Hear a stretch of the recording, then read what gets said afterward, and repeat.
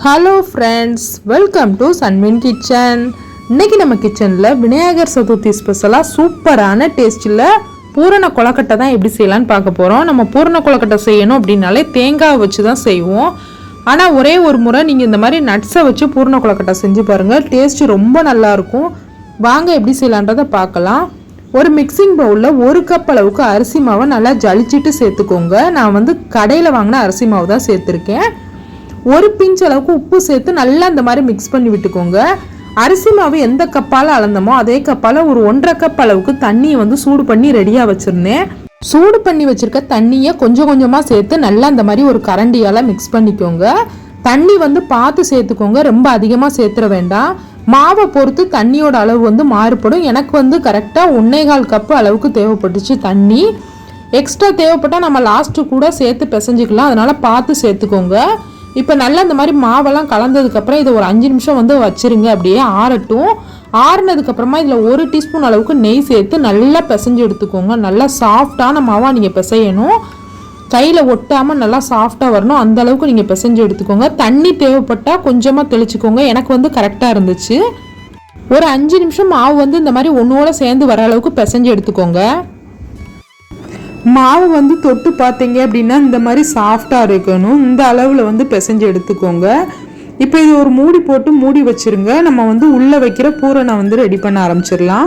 ஒரு கடாயை சூடு பண்ணி அதில் ஒரு 1/4 கப் அளவுக்கு முந்திரி, 1/4 கப் அளவுக்கு பாதாம் போட்டுட்டு 3/4 கப் அளவுக்கு வேர்க்கடலை சேர்த்துட்டு ஒரு 4 ஏலக்காய் சேர்த்து நல்லா வந்து இதை லோ ஃப்ளேம்லேயே வச்சு வறுத்துக்கோங்க.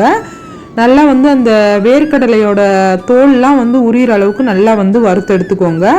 இப்போ நல்லா வறுப்பட்டதுக்கப்புறம் இதை வந்து வேறு பிளேட்டுக்கு மாற்றிடுங்க. நல்லா ஆறுனதுக்கப்புறம் மிக்சி ஜாரில் சேர்த்து பவுடரை அரைச்சிட்டு வந்துடுங்க. ரொம்ப பவுடரை அரைக்கணும்னு இல்லை, கொஞ்சம் குறகுறப்பாக இருந்தாலும் ஒன்றும் பிரச்சனை இல்லை.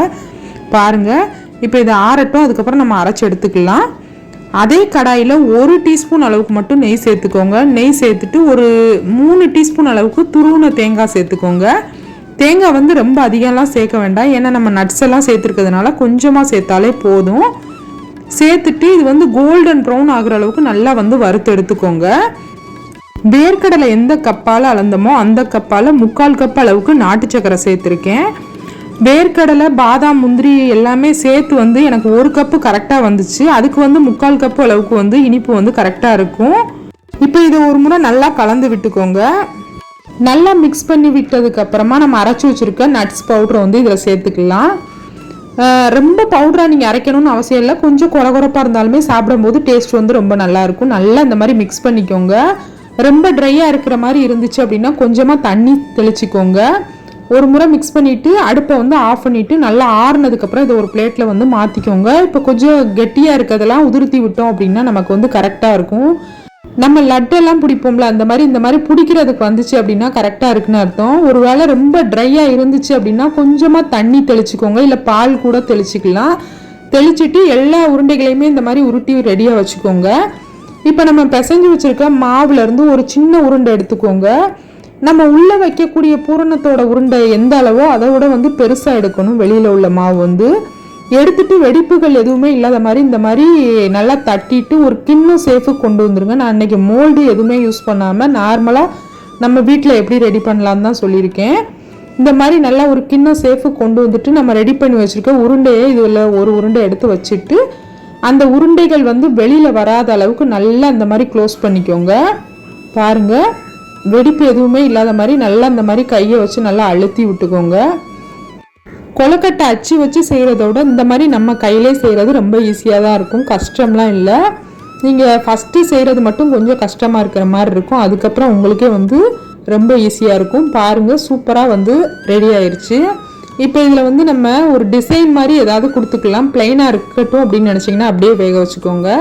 நான் வந்து சும்மா மோல்டில் எப்படி டிசைன் இருக்கும் அந்த மாதிரி சும்மா சின்ன ஸ்பூனை வச்சு அதோட பின் பக்கத்தை வச்சு இந்த மாதிரி கோடு கோடாக லைட்டாக மட்டும் போட்டு விட்ருக்கேன்.